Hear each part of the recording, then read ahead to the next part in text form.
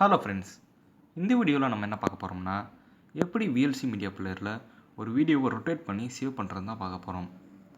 இப்போ ஃபர்ஸ்ட் நீங்கள் எந்த வீடியோ ரொட்டேட் பண்ணணும்னு நினைக்கிறீங்களோ அந்த வீடியோவை VLC மீடியா பிளேயரில் ஓப்பன் பண்ணிக்கோங்க.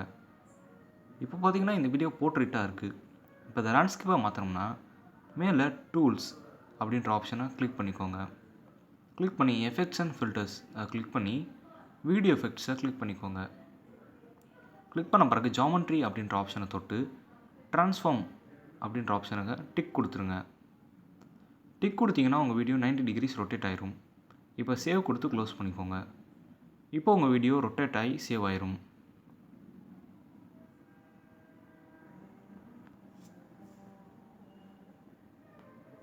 இப்போ நீங்கள் க்ளோஸ் பண்ணிட்டு அடுத்து எப்போ ஓப்பன் பண்ணாலும் இந்த வீடியோ ரொட்டேட் ஆகி தான் இருக்கும். ஒவ்வொரு வாட்டி நீங்கள் ரொட்டேட் பண்ணணுன்ற அவசியம் இல்லை. இந்த வீடியோ பிடிச்சிருந்தா லைக், ஷேர், சப்ஸ்கிரைப் பண்ண மறந்துடாதீங்க. தேங்க்யூ ஃபார் வாட்சிங்.